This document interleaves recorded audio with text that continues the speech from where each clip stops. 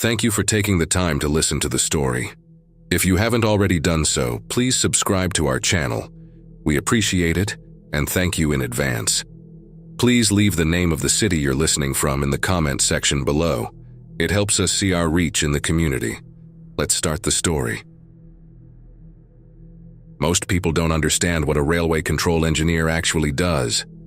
We're the invisible hands guiding hundreds of tons of steel through a complex maze of tracks, signals, and switches.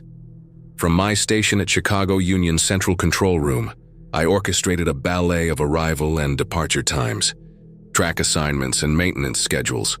23 years I'd done this job, and I prided myself on keeping one of the busiest rail hubs in America running smoothly. That Thursday morning started like any other.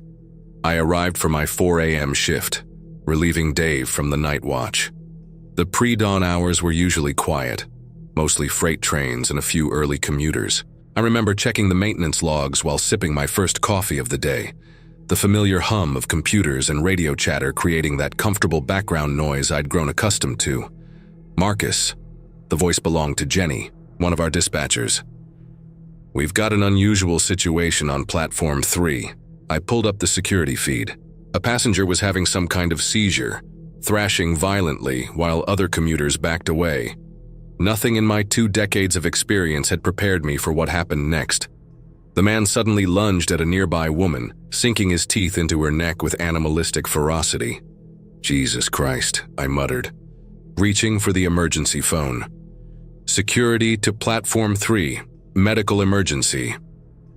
My voice stayed steady, professional, training kicking in even as my mind struggled to process what I was seeing. The next 30 minutes were chaos. More incidents erupted across different platforms. Security radio chatter became increasingly frantic. Words like bitten and attacked kept repeating. I watched in horror as the woman who'd been bitten earlier began exhibiting the same violent behavior, attacking others with inhuman strength. "Marcus, what the hell's happening?" Jenny's voice cracked with fear. Through the control room's windows, I could see people running through the station concourse below. The morning commute was picking up, bringing more potential victims into the growing nightmare. I made a decision then that probably saved dozens of lives, though it violated every protocol in the book. I initiated emergency stops on all incoming trains, redirecting them to outlying stations. Better to strand passengers safely away from whatever was happening here. The control room's door burst open. Dave, who should have been home hours ago, stumbled in. Blood soaked his uniform shirt. "They're everywhere," he gasped.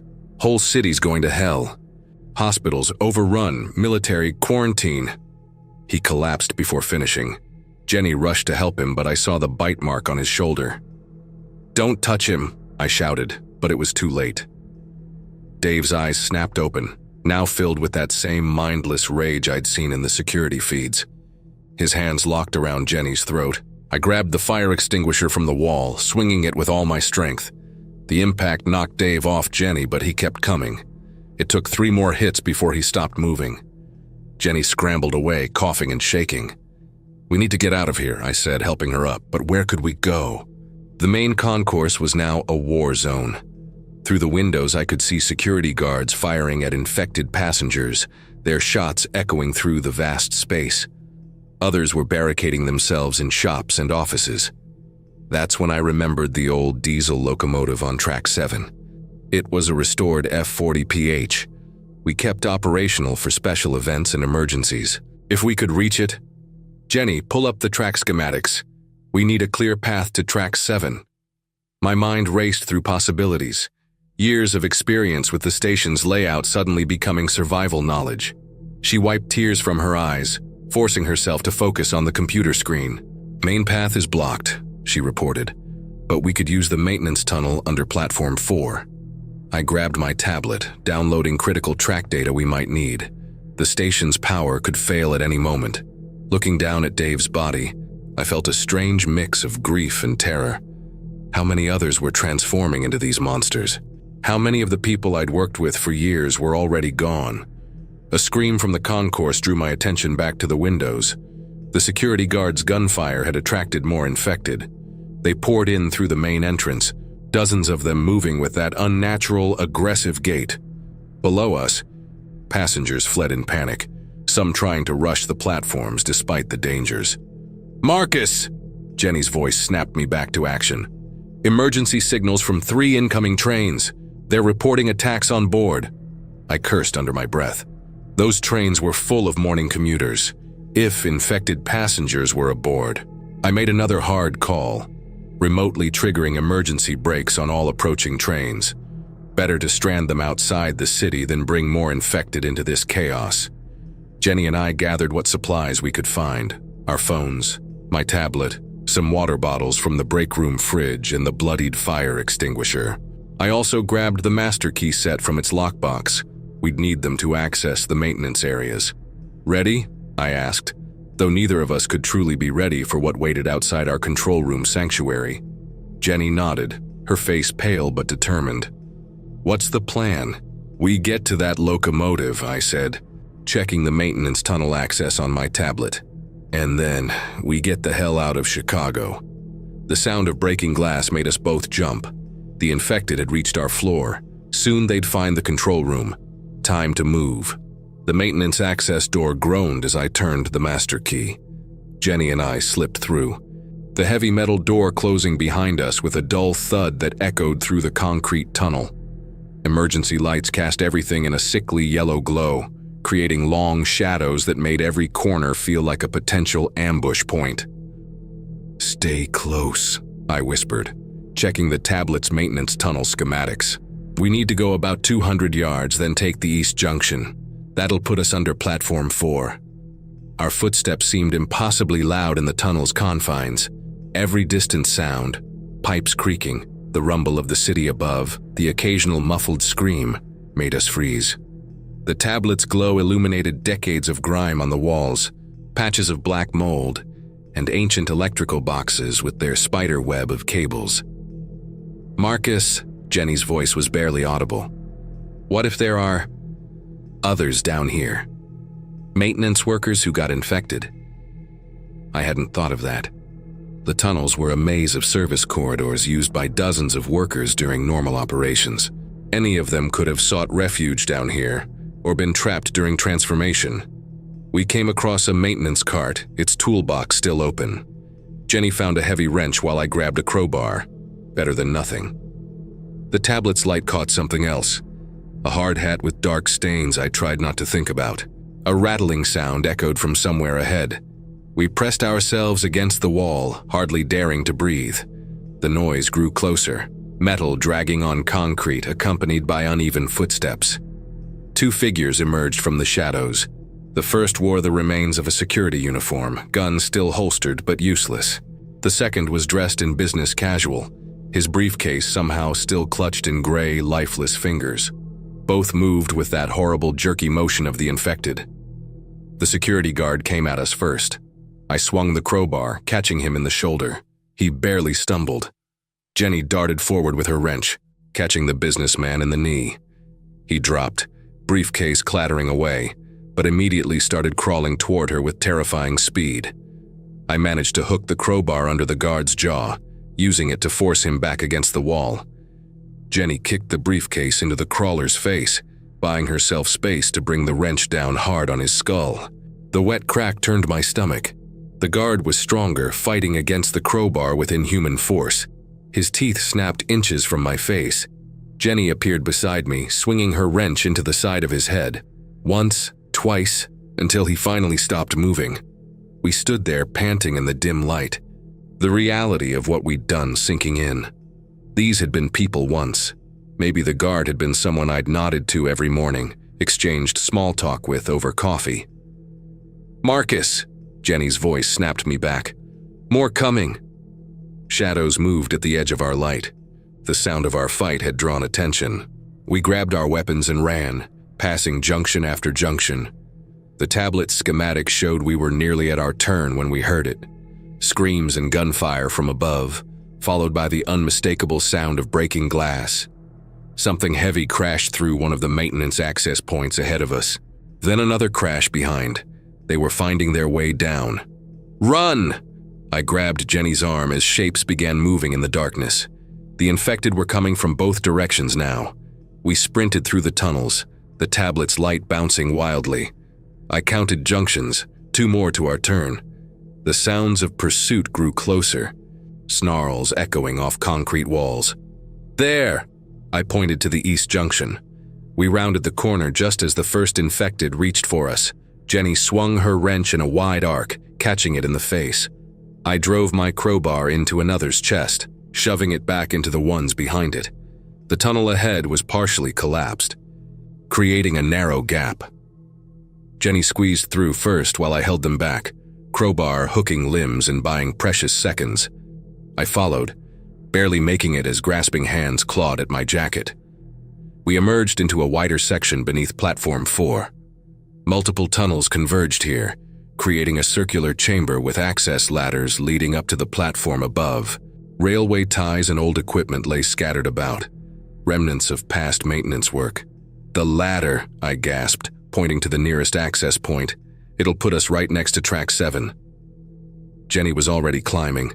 I followed, muscles screaming in protest. Above us, the platform access hatch was sealed with a heavy metal cover. I fumbled with the key ring, searching for the right one as snarls and footsteps grew closer below. The key slipped into the lock, just as the first infected reached the bottom of the ladder. I turned it with trembling hands, hearing the blessed sound of the mechanism releasing. Jenny pushed up with all her strength, and the cover swung open. We emerged onto Platform 4 into a scene from hell. The vast station space was filled with smoke from various fires. Gunshots still echoed from somewhere in the building. Infected roamed the platforms and concourse, while small groups of survivors fought or fled in desperation. Track 7 lay ahead, separated from us by about 50 yards of open platform. The old F-40PH locomotive sat there like a steel sanctuary, its dark green paint barely visible in the haze. "We're not alone," Jenny whispered, pointing. A group of survivors had gathered near the locomotive, maybe 15 people, including what looked like a family with children. They had created a defensive perimeter using luggage and overturned benches. As we watched, more infected poured in from the main concourse. They moved like a wave of bodies, drawn by the sounds of fighting and the presence of fresh prey. The survivors near the locomotive began to panic, some breaking formation to run. "They'll be overrun," Jenny said, her voice cracking. I looked at the control panel near us. Years of experience suddenly crystallized into a desperate plan. "Help me with this," I said, kneeling by the panel. "We need to create a diversion, or none of us are getting out of here alive." The infected were getting closer. We had minutes, maybe less, to act. And somewhere in the tunnels below, more were coming up behind us. Our escape route was closing fast, but I had spent my entire career manipulating this station's complex systems. If I could just access the right controls, maybe, just maybe, I could buy us all a chance at survival. Jenny knelt beside me, her hand steady despite everything. "What do you need?" I pulled out my tablet, connecting it to the control panel. "We're going to give these bastards something to chase besides us." Above, the station's speakers crackled to life as I accessed the emergency broadcast system. Time to put on a show, and pray it worked. My fingers flew across the tablet screen, accessing Chicago Union's master control systems. 23 years of muscle memory kicked in as I bypassed security protocols I'd helped design. Jenny kept watch, wrench ready as infected stumbled closer to our position. "Whatever you're planning," she said, "better do it fast." I pulled up the switching controls for tracks 3 through 6. Empty commuter trains still sat there, powered down but intact. Their emergency brakes had engaged when I'd shut down incoming traffic earlier. Now those same trains might save our lives. "Cover your ears," I warned, accessing the emergency horn system. A deafening blast erupted from the train's horns, echoing through the station like mechanical thunder. The infected jerked toward the sound, their primitive instincts drawn to the noise. I triggered more horns, creating a cacophony that had even the survivors by the locomotive covering their ears. "Now for part 2, I muttered, releasing the emergency brakes on Track 4's train. The massive vehicle began rolling forward, gathering speed as it moved through the station. The infected followed the movement, their pack mentality working in our favor. "You're drawing them away," Jenny realized. "Not just away." I adjusted the track switches, setting up what we called a rolling block during normal operations. The unmanned train would circle through the station's loop tracks, creating a moving barrier between us and the horde. This buys us maybe 10 minutes before they figure out they can't reach the train. We left our hiding spot, moving toward the locomotive and the survivors. An older man with a baseball bat stepped forward, obviously their leader. His gray hair was matted with sweat and blood, but his eyes were sharp. "That your work with the trains?" he asked. I nodded. "Marcus Stevens, railway control engineer. This is Jenny Mitchell." "Bill Cooper," he replied. "Got my family and some others here. Was starting to think we were done for until that train started moving." A woman cradling a young girl spoke up. "Can you get us out of here? On that locomotive?" I studied the F-40PH. It was old but well-maintained, used mainly for yard operations and emergencies. "Yes, but we need to move fast. That diversion won't last long." The group included Bill's wife and teenage son, the woman with the little girl, an elderly couple, and several others who'd found safety in numbers. Some were injured, all were terrified. "Anyone here know trains?" I asked. A man in his 30s raised his hand. "Sam Wells. I work maintenance on the Metra lines." "Perfect, help me get her started. Jenny, Bill, keep everyone close to the locomotive. If infected break through, get inside the passenger car we're pulling." Sam and I climbed into the cab while the others formed a defensive circle. The F-40PH's controls were familiar enough, not too different from the modern units I'd trained on. The startup sequence was longer than I'd like, but we couldn't rush it. "Main battery switch," I called out. Sam found it, throwing the lever. Warning lights flickered across the dashboard as ancient systems came online. The sound of breaking glass echoed from the concourse. My diversion was failing faster than expected. Through the cab window, I saw infected changing direction, their attention drawn by our movement and voices. "Bill!" Jenny shouted. "We've got company!" The survivors tightened their formation. Bill and two other men moved forward with makeshift weapons, while the others helped the elderly couple into the passenger car. "Prime the fuel pump," I ordered, running through the startup checklist. "Then hit the starter motor." The locomotive's engine coughed, then roared to life. The whole machine vibrated as diesel power surged through systems that hadn't been used in months. Warning bells chimed as pressure built in the brake lines. A scream pierced the air. One of the men with Bill went down, infected tearing at his legs. The others fell back toward the locomotive as more infected poured onto the platform. "Everyone in!" Jenny helped the last stragglers into the passenger car while Bill covered their retreat. The infected were closing in. Dozens of them now, moving faster than any human should. "Sam, release the brakes." The locomotive shuddered as air pressure equalized. I opened the throttle slightly, decades of training fighting against the urge to floor it. Too much power too fast could snap the coupling to the passenger car. Bill jumped onto the locomotive steps just as we started moving. Jenny reached down, helping him climb into the cab. Below, infected hurled themselves at the slowly accelerating train, some managing to grab handholds. "We've got climbers!" Sam yelled. Through the cab window, I saw dark shapes pulling themselves up the passenger car's sides. Inside, survivors screamed as gray hands pounded on windows. We were moving faster now, but not fast enough. More infected appeared ahead, drawn by the locomotive's rumble. I hit the horn, the blast echoing off the station's walls. Some of them actually tried to sprint straight at us. "Hold on!" I opened the throttle wider. The F-40PH's engine roared as we picked up speed. Bodies bounced off the front plow, the impacts juddering through the whole train. We burst out of the station into early morning darkness. The city scrolled past in a blur of abandoned cars and flickering streetlights. Behind us, Chicago Union Station receded into the distance, smoke still rising from multiple fires. But our problems were far from over.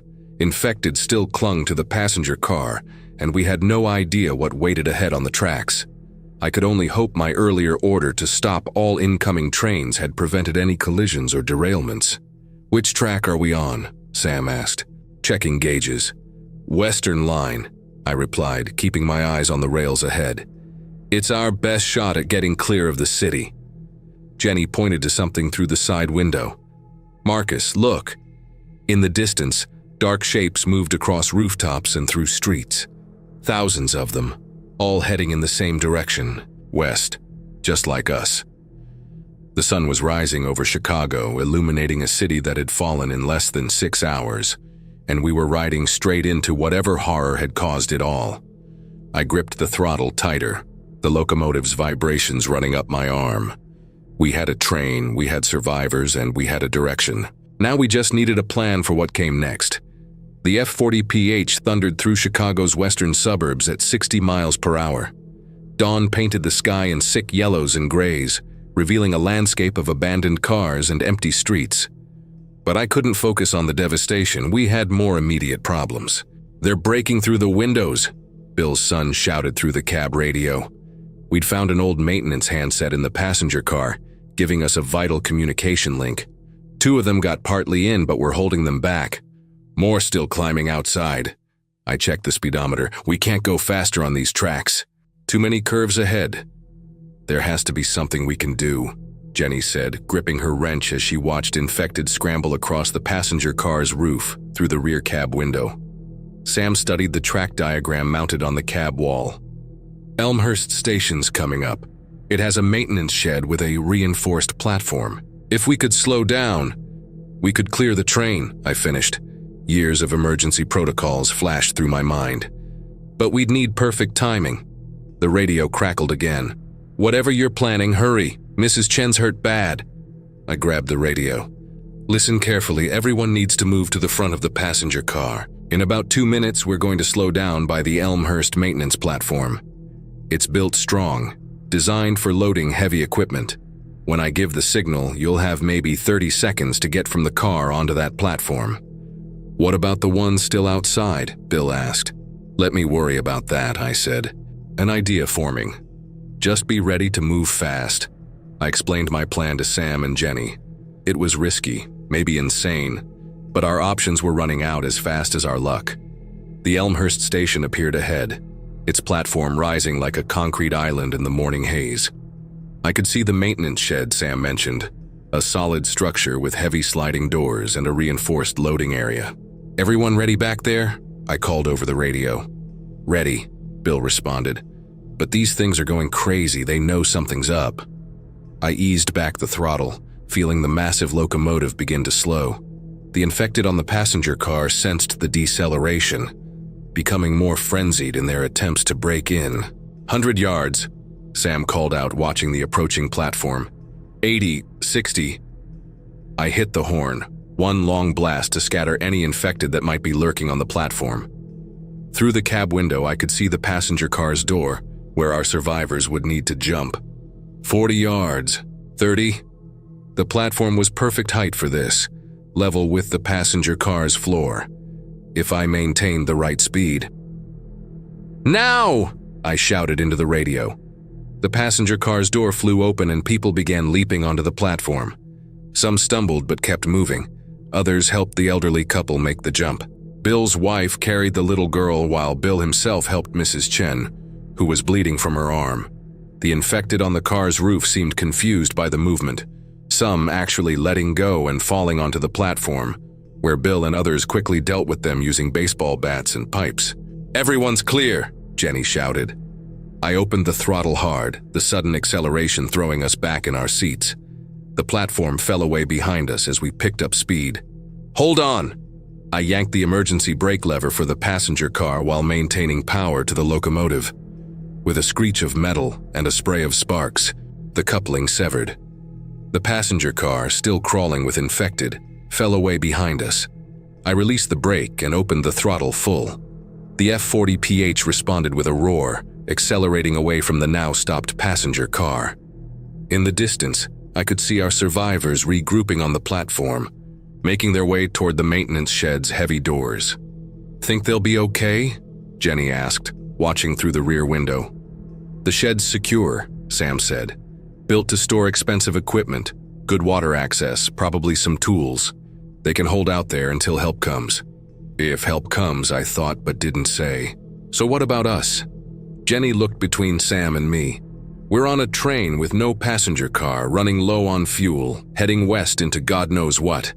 I checked the tablet, which still showed some active data from the rail network. Forest Park Yard is ahead. It's one of our major maintenance facilities, diesel fuel, better equipment, maybe even radio contact with other survivors. If it's not overrun, Sam pointed out. Everything's a risk now, I said, watching the rails ahead unspool into infinity. But we've got 3 advantages. We know trains, we know the yard's layout, and we've got a 70-ton battering ram if things go wrong. Jenny smiled for the first time since this nightmare began. Planning to crash us into something else? Only if we have to. I managed a grim smile back. But first we need to… The radio burst to life with static, making us all jump. A voice emerged through the white noise. Any survivors? Forest Park Yard. Secure zone established. Military presence. Repeat, any survivors?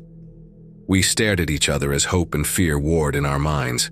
A secure zone would mean safety, supplies, maybe even help for the people we'd left behind. If it was real. If we could reach it. If we survived what waited between here and there. The sun climbed higher as we thundered west, toward Forest Park Yard, and whatever fate awaited us.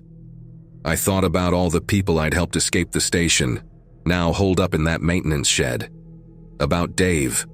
About the infected security guard in the tunnels who might have been someone I knew. The radio crackled again with the same message. Jenny picked it up, her finger hovering over the transmit button. "Should we respond?" she asked. Before I could answer, something massive loomed on the tracks ahead. My hands tightened on the controls as I processed what I was seeing. This was going to get worse before it got better. Much worse. A derailed freight train blocked the tracks ahead. Its containers scattered like giant building blocks across all available lines.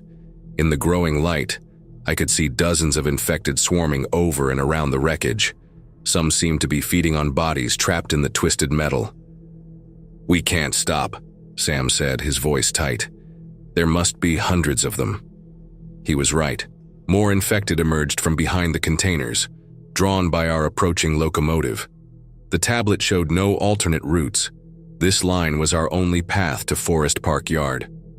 The emergency siding. Jenny pointed to a maintenance track that branched off just before the wreck. Could we use that?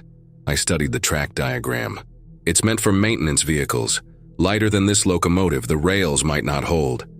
"Might is better than certain death," Sam said, watching the growing horde ahead. I made the call, throwing the switch lever to redirect us onto the siding. The F-40PH's wheels screamed as we took the turn faster than any maintenance vehicle ever had. Metal groaned beneath us as tons of steel and diesel power tested the limits of the smaller track. "Hold on!" I shouted as the locomotive tilted dangerously. Warning lights flashed across the control panel. The engine roared as we fought for traction on rails never meant for this kind of weight. We barely cleared the switch point when the first rail snapped behind us. The locomotive shuddered but kept moving, momentum carrying us forward as more track disintegrated in our wake. The infected couldn't follow. We'd destroyed our own path. But we weren't safe yet. The siding curved through an industrial area, past warehouses and storage yards. Every building could hide more infected, and we had no idea what condition the track was in ahead. The radio crackled again. "Forest Park Yard, secure zone, 10 miles, approach from west only, all other approaches compromised." West only. Sam studied the route diagram. This siding connects to a freight loop. It could get us there. But what? We'd pass right through the Cicero rail yard. It's where they were storing medical transport trains during the outbreak. Jenny understood first. Quarantine trains, full of infected. The freight loop appeared ahead, its rails merging with our damaged siding. I checked our fuel gauge, less than a quarter tank remained. We'd never make it taking the long way around. "Call it out," I told Sam. "Every switch and signal, we do this right or not at all." He nodded, eyes fixed on the track diagram. First switch in 100 yards. Lines 2 through 5 blocked with medical cars. Line 6 clear to the west exit. I pushed the throttle forward.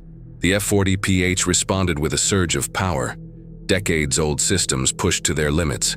We'd need speed to get through what waited ahead. The Cicero yard appeared around the next bend. Even expecting it, the sight hit like a physical blow. Dozens of passenger cars lined the rails, hastily converted for quarantine use. Some had windows broken out. Others were sealed with heavy steel plates. All of them would be full of infected. "Switch coming up," Sam called. "Line 6 is—" Oh God. A massive tanker truck had crashed through the yard's fence, coming to rest across Line 6, our escape route. Fire had blackened its sides, but the trailer remained intact. More infected wandered the yard, some still wearing hospital gowns. "We'll ram it," I said, surprising myself with how calm I sounded. "That truck could be full of fuel," Jenny protested. "It's not." The certainty in my voice made them both look at me. "See how it's sitting? Empty trailer, lighter than full. Probably delivering to a gas station when everything went bad." I did some quick math in my head. We hit it at the right speed. The locomotive's weight will push it clear. Basic physics. "And if you're wrong?" Sam asked quietly. "Then we die here instead of starving in a maintenance shed or getting torn apart by infected." I looked at them both. "Your call. We can try to back up, find another way, but we've got maybe 30 minutes of fuel left." Jenny gripped her wrench tighter. "Do it." Sam nodded. "Better to go down fighting."